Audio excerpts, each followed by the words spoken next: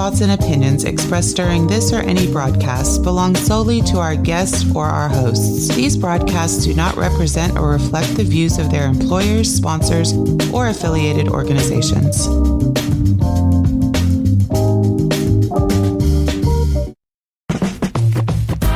Get ready to flip your perspective on education. Welcome to the Flipboard EDU Podcast, where every story is a plus. Join us as we explore innovative ideas, share stories, and discover the power of collaboration in the world of education. We dive deep into the latest trends, strategies, and resources to enhance teaching and learning. From EdTech tools to classroom management tips, we've got you covered. Let's collaborate, communicate, and educate with the best educators in the world right here on the Flipboard EDU Podcast with your favorite coach, Coach Jeffery. Welcome to Flipboard EDU Podcast, episode 104. Join Coach Jeffery as we dive into an inspiring chat with the amazing Alice Keeler. Known far and wide as the Queen of Spreadsheets, Alice isn't just passionate about data. She's on a mission to make classrooms more student-centered. With an impressive background as a Google developer expert and a deep commitment to empowering educators, Alice shares her insights on transforming our education systems to better serve teachers and students. Get ready to explore flexible and future-forward learning environments, the magic of Google tools, and how every student can find their voice in the classroom. As always, stay tuned till the end for some personal musings and hands-on tips from Alice that you won't miss. So like we always do about this time, let's collaborate, communicate, and educate with the best educators in the world, right here on the Flipboard EDU Podcast. Welcome back, Flipboard fam. This is your favorite coach, Coach Jeffery, and I'm here with another amazing guest, Miss Alice Keeler. Welcome to the show. Hey, thanks for having me. Alice, now I can't say we go way back, but I can say I met you at UC. You go. Everybody knows you, but let's pretend like they don't. I'm getting old. Young people don't know who I am. Well, I'm a teacher, right? So I've been teaching math since 1999. I'm a Google Innovator. What did they rename it to? It used to be Google Certified Teacher, and now it's Google. I don't even know anymore. Yeah. Innovator. It's a Google Certified Innovator, and I get confused because I'm also a Google Developer Expert for Google Workspace. I'm actually only one of two females in the entire world. Wow. That is a Google Developer Expert for Google Workspace. So then I get confused. I'm also a Google Cloud Champion Innovator. Excellent. Right? So you can see how I get confused. Yes. But I'm the queen of spreadsheets. One of my big things I'm very proud of is last year I was part of the Google Developer Keynote, and they put Queen of Spreadsheets as my title. Basically, I just love spreadsheets. Like, what can you not do with a spreadsheet? I have a magical talent to help you love data and spreadsheets. So I blog, I share, I love to create solutions. I help you be more efficient. I mean, that's a lot of what spreadsheets are about, right? It's being more efficient. And I'm really passionate about student-centered classrooms. And if you ask me if I'm passionate about Google, it sounds like I am. I'm not. I'm passionate about students and student-centered classrooms. Tell us why you are passionate about a student-centered classroom. That's such a good question. I mean, we're educators. Students should be what we are excited about. I mean, we're always saying, do what's best for kids. But schools don't actually always do what's best for kids, which makes it hard for teachers to always do what's best for kids. So when we think about school, students should love to learn. Learning is fun. Learning feels good. You get those dopamine hits like when you're learning something new. And little kids, they would rather learn than eat. And then somehow when we get to school and we get into this, it's the routine of school, they don't always love to learn. And there's some research that shows that the farther along they get into school from kindergarten up through 12th grade, by the time they're 12th grade, they're less excited than when they were kindergartners. And so I'm really passionate about students being excited to learn, and that's going to start with them feeling they have some element of control. You know, a lot of times they can't even use the bathroom without raising their hand, getting permission. There's a lot of class rules that they didn't design, and then possibility of losing some of that buy-in. You know, my kids are nerdy. They love school. They love being teacher's pet, and that's great. It's just that not all students are going to thrive in the same environment. It's just not a one-size-fits-all child. To supply a one-size-fits-all classroom obviously seems crazy, but then we also load up classes with a lot of kids, and we don't give teachers enough prep period to really accommodate all of those different personalities in our classroom. So it is a challenge. That's why it's my passion, is to create systems using spreadsheets, Google tools or not Google tools. I don't care if you use Google tools. I care if what we're doing is meeting the needs of students. That is an excellent take. And I'm going to ask you to dream just a little bit, if you could. If you could invent the perfect school, what would that school look like? Oh, gosh. I feel like I think about this all the time. First of all, just be flexible. Some people I'm a morning person. I get up at 4 a.m. every day, and I don't think my own personal children, like I said, I have 5 of them. I don't think they crawl out of bed until 1 p.m. And I'm like, I'm about ready to start going to bed, and you're just now getting up. So, flexibility for parents and students, and being able to have some say in things that they're going to study and are excited about. But what I really want students engaged in conversations, discussions, what's going on in the world, what problems can they solve? More movement. Yeah. You said you've been teaching since 1999. I think I started in 2005. However, I will say that it has been, if I look over the course of my own career and I look back from where I started to now, there are so many differences. What's the best era of your teaching career do you think that was the best part of education? Wow, that's such a good question, because I haven't stayed in the same place. So I taught at a school for 14 years, high performing upper middle class schools. And then I took a pay cut so I could go teach inner city schools, because I wanted to do project-based learning and work within the community. And that was really cool, a really great experience. And then I've also taught independent study homeschool for students who live in Yosemite Valley. So they live in a national park.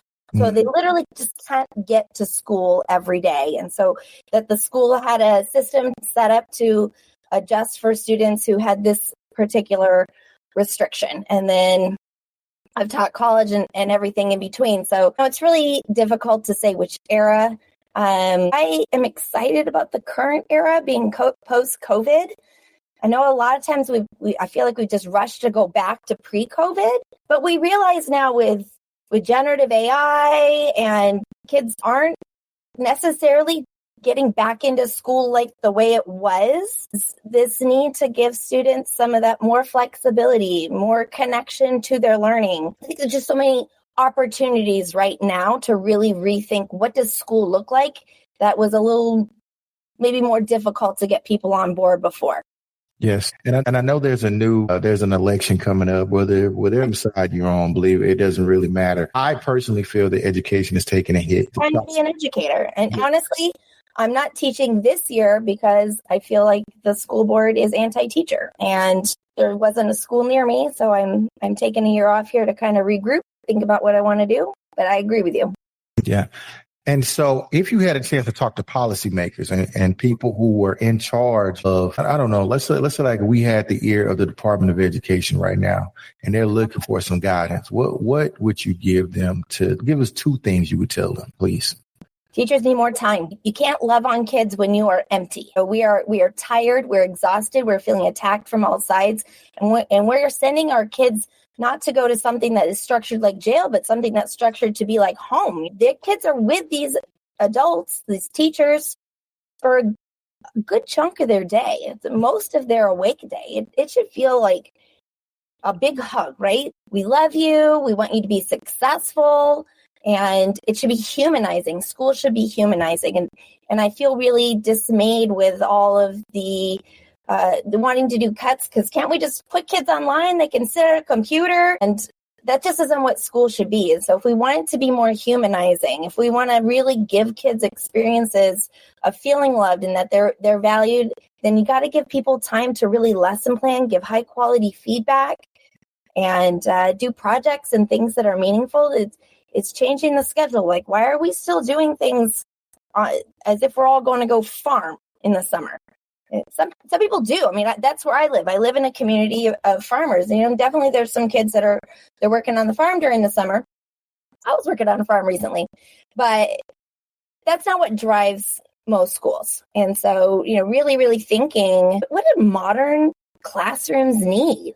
what does a model look like? Do we really want the chairs glued to the desks and this inflexible, hey, sit here and let's just load you up with stuff that you could easily ask your phone for? And so really just rethinking what do we really want out of our human beings going forward? Yeah. That was one, right? Yeah, that's one. Okay. What would be my second thing? Because pay is a no-brainer, right? You're not going to get people who want to stay in the profession if they have to take a second job. Nobody should be taking a second job. They need to redo the schedules to give teachers time. And so that doesn't count because money is a no-brainer. So my second thing that I would tell policy people is teachers need to be learners. So in addition to that time that we need to love on the kids, to have the lesson planning, to have the feedback, to call the parents, there needs to be professional learning is like built throughout, that we're always taking classes and they can pay for it. Having teachers pay for all I had to pay for my fingerprints. Like, isn't there a teacher shortage? Help me out here. I'm trying to apply to sub, because like I said, this year I'm just taking some time because I live in a really rural area. Yeah. And so I signed up to go sub. I literally looked the HR lady in the eye and I said, I don't want to work here. There's just so much bureaucracy. I'm like, how is it this hard to sign up to substitute teach? So, we are learners, and I know that I didn't have any classes in grading, standards-based or otherwise. Think about all the things that you have to know to be a great teacher, and it's kind of like learn it on the job, some of it, or it's just like, well, rely on what happened to you. But there's every year new educational research comes out, and we don't have a structure that allows us the time to learn it, ingest it, apply it, think about it, converse about it.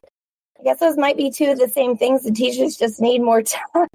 But understanding that there is new things that happen, and this back to basics is usually more of a less student-centered approach. Like, can't we just get back to cramming kids full of information that they can Google search, rather than how do we inspire them to be the best human beings who can problem solve in an age of AI and Google and YouTube? So my fundamental argument has been over the course of a couple different shows is this being done to teachers on purpose? Is the taking away of time, the cramming, the post-COVID overdrive? I think, I feel it's an overdrive to push skilled workers out of the profession. Am I far-fetched with saying that, or have you seen?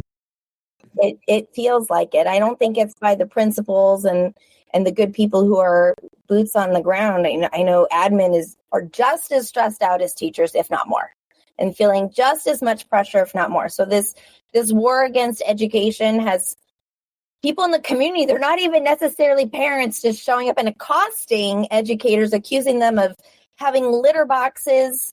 I swear to you, I've had people come up and tell me about litter boxes in the classroom. It's an ounce of common sense. Like, that's clearly the health department wouldn't allow. Okay, whatever.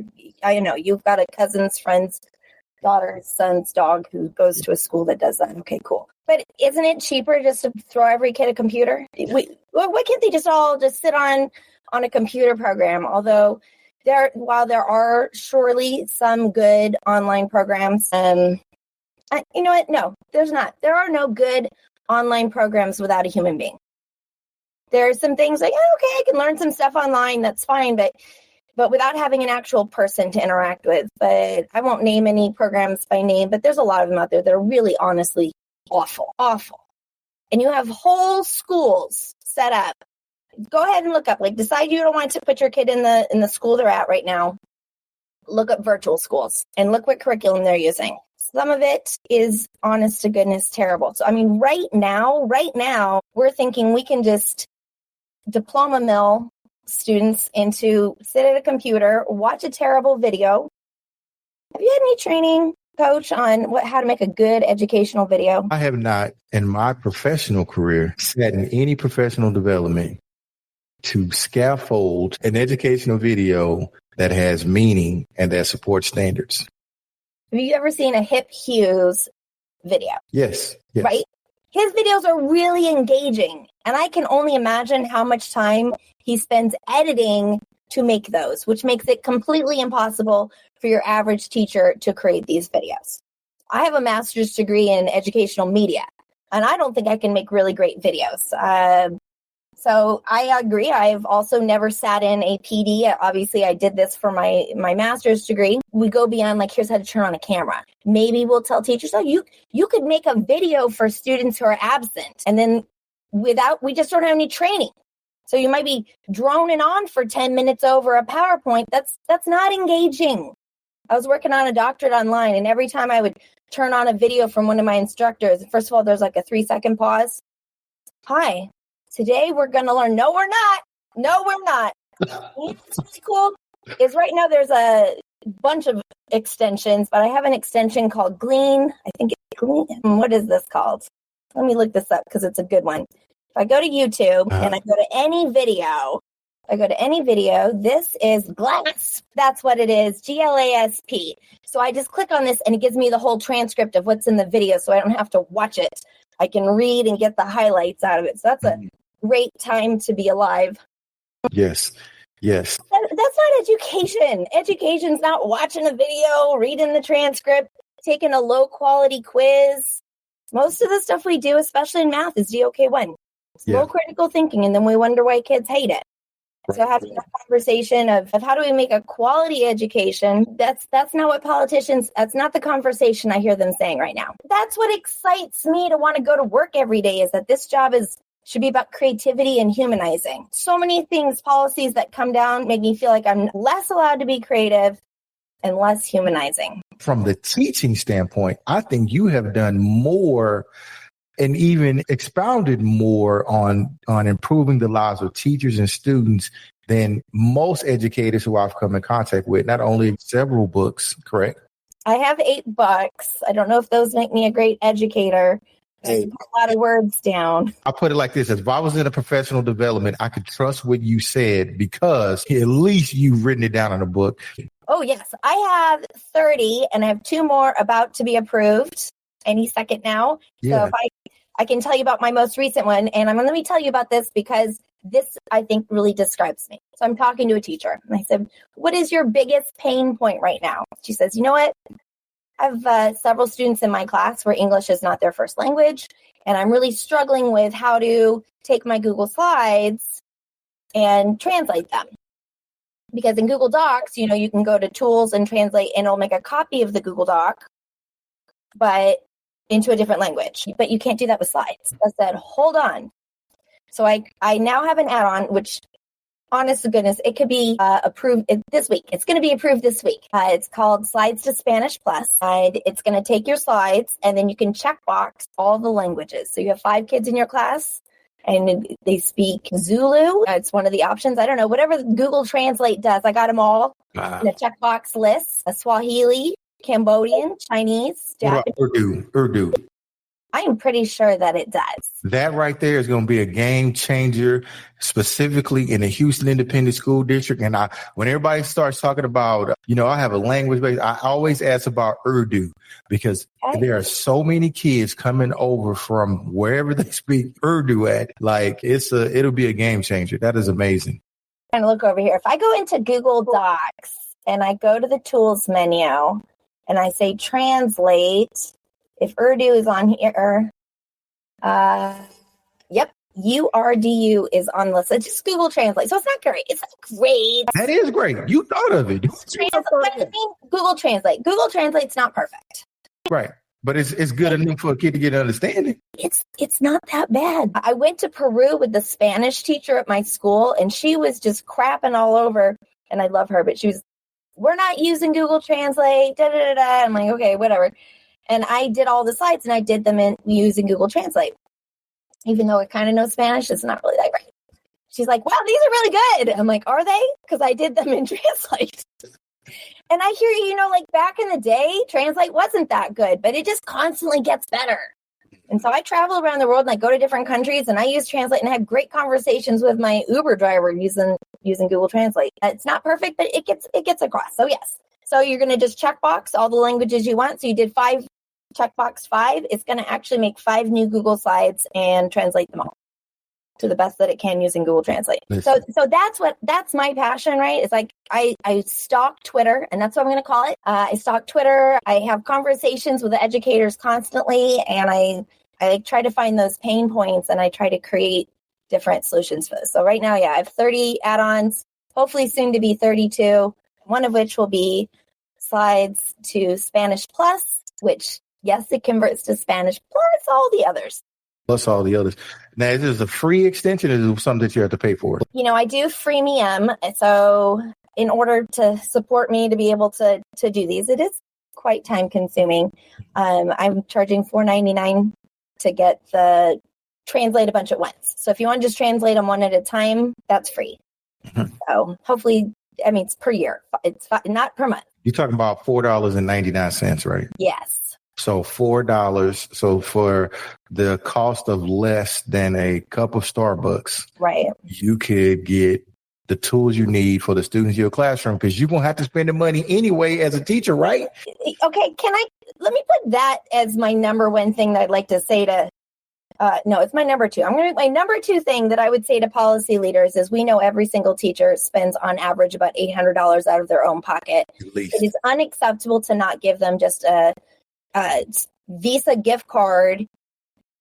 I used to have to order supplies out of some stupid catalog, and I'm like, I could buy these cheaper at Target. Like, let me go to Target in July when I can get a box of crayons for 25 cents and Dixon Ticonderoga pencils and real, y'all, if you want to know how to suck up to me, super sticky Post-it notes, and even better if they're lime green. I don't want the ones that the office gives me. I work too hard to be disrespected with cheap Post-its that are not real Post-its. Super sticky. Boom.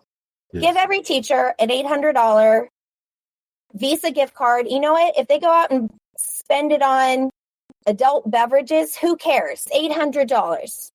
But trust teachers that they can buy classroom supplies. Some of us might say that the adult beverage is a class. On that note, though, I am the founder of Coffee EDU, which is a 1-hour unconference meetup. I'm almost positive you've been to one of my Coffee EDUs. Yeah. That time to get together and have unstructured conversations. Maybe some other time I can rant about my, did you say PLC? Because I have opinions about that. Unstructured time to talk about whatever you want with educators is so important and valuable. So whether it's over adult beverage or a coffee or whatever your food drink of choice is, that time to just get together with other teachers is invaluable. You feel so recharged. I don't go to ISTE to go to sessions. I go to hang out in the halls, which is my hack, because that way I don't have to pay for it. Some kids go to school to hang out in the halls, and I can now see the correlation. And so, it's funny that you said that. And I'm going back to the way teaching and the way schools is and the way things have changed. Students are checking out of schools because their teachers don't have the emotional capacity.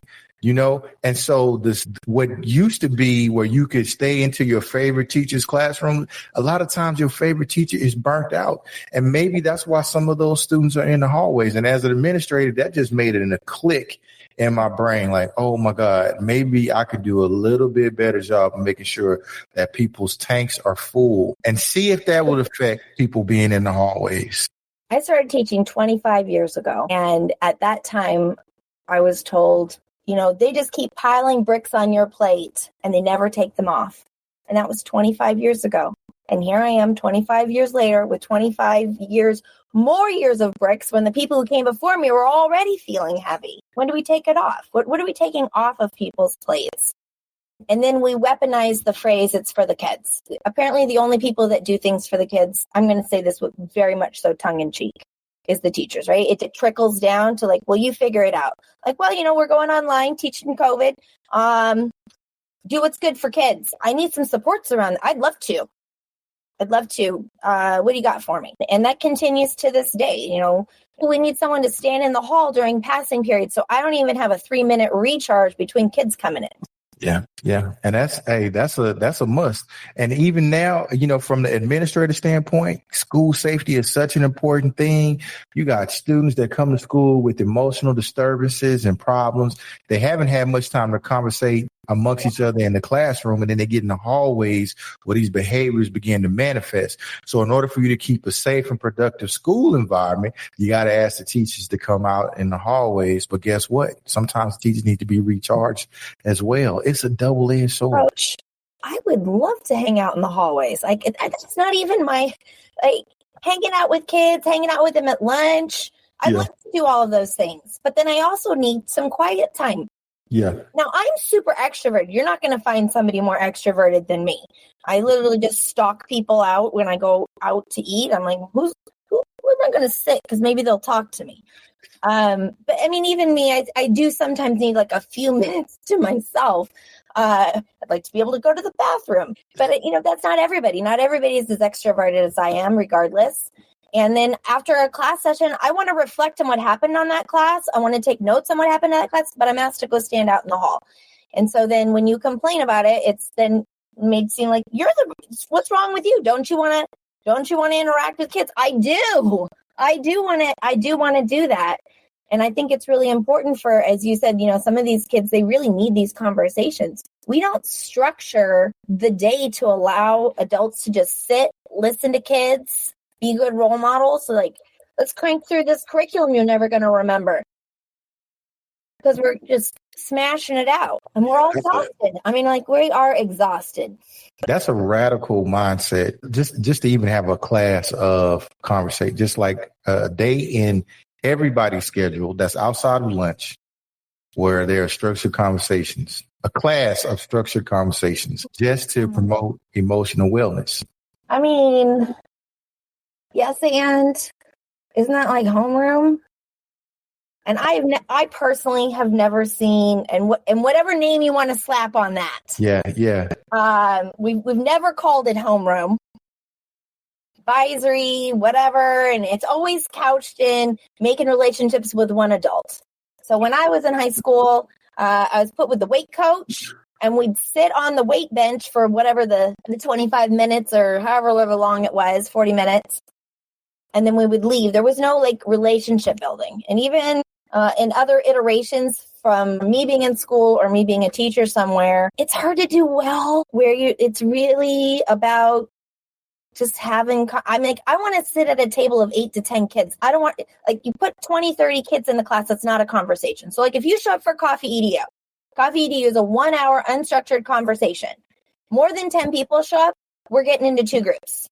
ISTE, where I had several hundred people this year.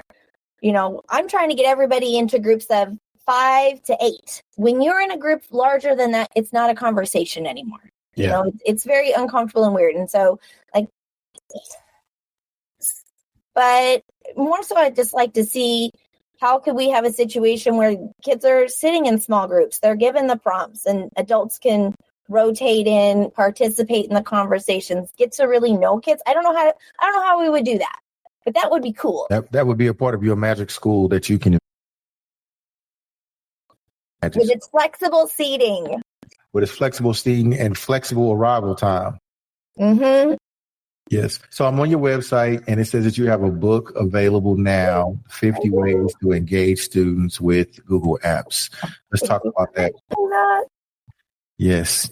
Absolutely. I like to hear from all students. So 1 or 2 students raise their hand and we hear from the same 1 or 2 students. And so I love to use technology to give every student a voice, whether it's Google Apps or so many tools. You can use Padlet, you can use FigJam. There's lots of great things that you can use for that. But I just like to use Google Slides. A quick and dirty is you do slides.new and share with the students with edit access. Grab a slide, and when you ask a question, like a whiteboard. And what happens when students hold up a whiteboard? Who sees it? They hold it up to the teacher. Right. Whereas if you do it on Google Slides, now when you project it, it projects back to the class. And I can run through everybody's ideas. And now we facilitate a conversation that hears from everybody. So that's just a quick and dirty is to value every kid's voice. Oh, I love that. That is really slick. Okay, well, we are now coming down to the end of our conversation. Where can my listening audience find you at? Everything's Alice Keeler. That's Keeler, AliceKeeler.com. My Twitter is at Alice Keeler. I'm on Blue Sky at AliceKeeler.com. My Instagram is at Alice Keeler. Everything's Alice Keeler. So I'd love to interact and hear what your pain points are so I can help make some templates. At least I try to create some solutions. Yes. And what I appreciate about you, you have a very large following, much larger than mine. However, you have always been you have been easy to talk to. Even when I met you at HD, I was like, oh my gosh, that's Alice Keeler.